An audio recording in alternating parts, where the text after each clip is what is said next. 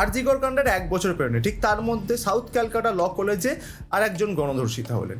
আর এই ঘটনায় মূল অভিযুক্ত মনোজিৎ মিশ্র ওরফে ম্যাঙ্গো, এ হচ্ছে তৃণমূল ছাত্র পরিষদের শাখা সংগঠক, মানে সে ওখানে তৃণমূল কংগ্রেসের ছাত্র পরিষদের দিকটা সামলায় এবং সে ওই কলেজ সাউথ ক্যালকাটা ল কলেজে সে কর্মরত, সে ওখানকার প্রাক্তনী এবং সে ওই মেয়েটিকে নাকি ডেকে নিয়ে গেছে তাকে ওখানকার সভানেত্রী করবে বলে। আর তারপরে ঘটে এই ঘটনা, এইটা জানা যাচ্ছে।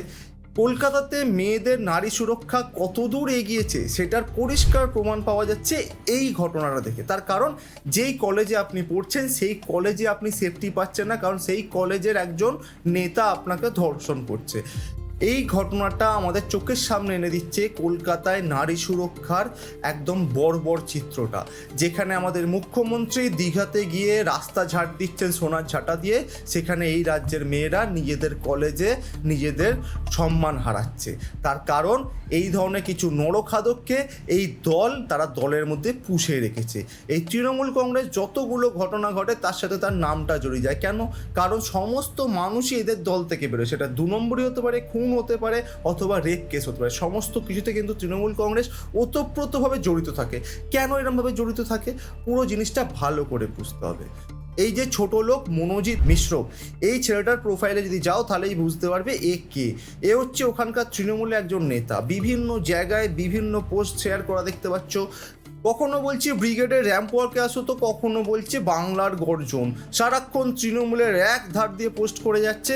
এবং তার সাথে যেটা যুক্ত সেটা হচ্ছে ওই কলেজে সাউথ ক্যালকাটা ল কলেজে ও দোলের সময় ওপরে হাঁড়ি ঝুলিয়ে সেটা ফাটাচ্ছে। ভাবুন দেখি এই কালচারটা ওই কলেজের মধ্যে হচ্ছে এবং সেখানে এত আনন্দ পেয়েছে যেন সে কি না কি বড় ঢিল মেরে দিয়েছে। এখন বুঝতেই পারা যাচ্ছে কী আনন্দটা পেয়েছে।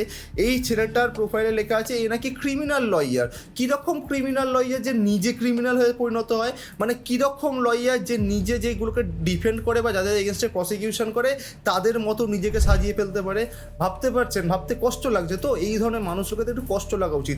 এইখানে যে ভাইস প্রিন্সিপাল তিনি বলছেন তিনি ঘটনা জানতেই পারেনি, তিনি জানতে পেরেছেন ঘটনাটা পরের দিন, মানে যে সকালবেলা তিনি জানতে পেরেছেন নিউজে দেখে। ভাবতে পারছেন?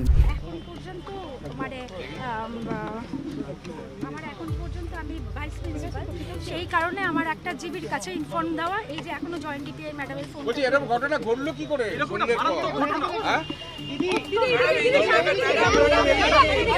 যে ঘটনাটা ঘটেছে আপনি সেই দিন কলেজে এসেছিলেন?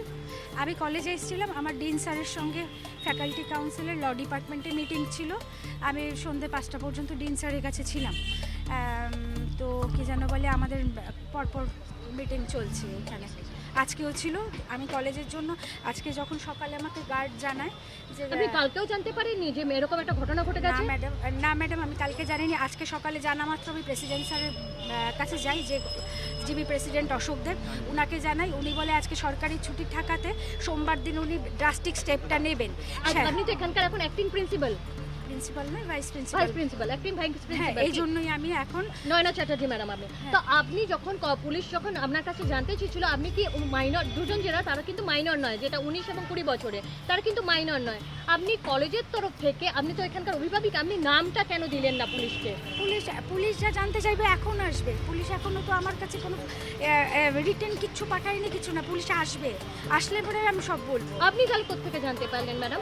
হ্যাঁ, আমাকে গার্ড বলেছে 2টো রুম সিল হয়েছে। তারপরে সকালে পুলিশ ফোন করে জানিয়েছে। আজকে সকালে সঙ্গে সঙ্গে আমি জিবি প্রেসিডেন্টের কাছে গেছি, অশোক দেবের কাছে।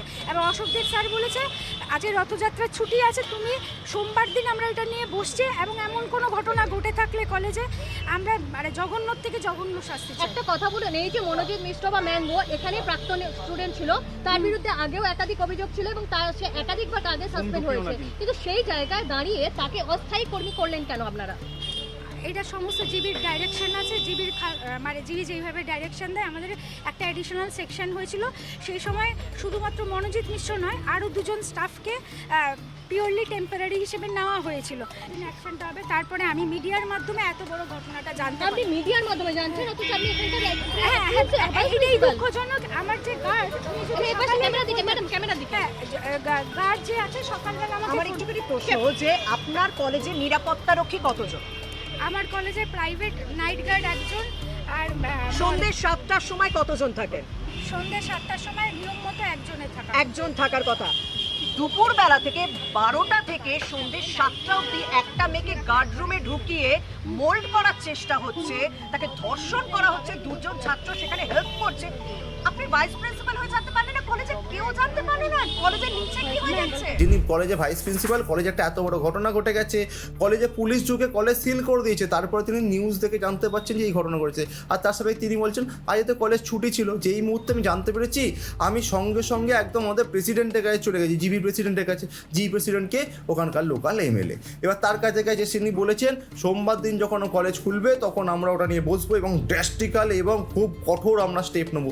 কী স্টেপ নেবেন আপনি? একটা মেয়ের তো সম্মান চলে গেল, তাকে তো 3 জন মিলে তো যা করার করে দিল, তারপর আপনি কি স্টেপ নেবেন বলুন তো? এই ঘটনাটা কি আগে প্রিভেন্ট করা যেত না? বলছে কলেজে নাকি একজন সিকিউরিটি গার্ড থাকে, প্রাইভেট সিকিউরিটি গার্ড একজন থাকে। এবার এই একজন প্রাইভেট সিকিউরিটি গার্ড নিজে আটকাতে যদি না পারে, সে পুলিশকে এটা জানায়নি কেন?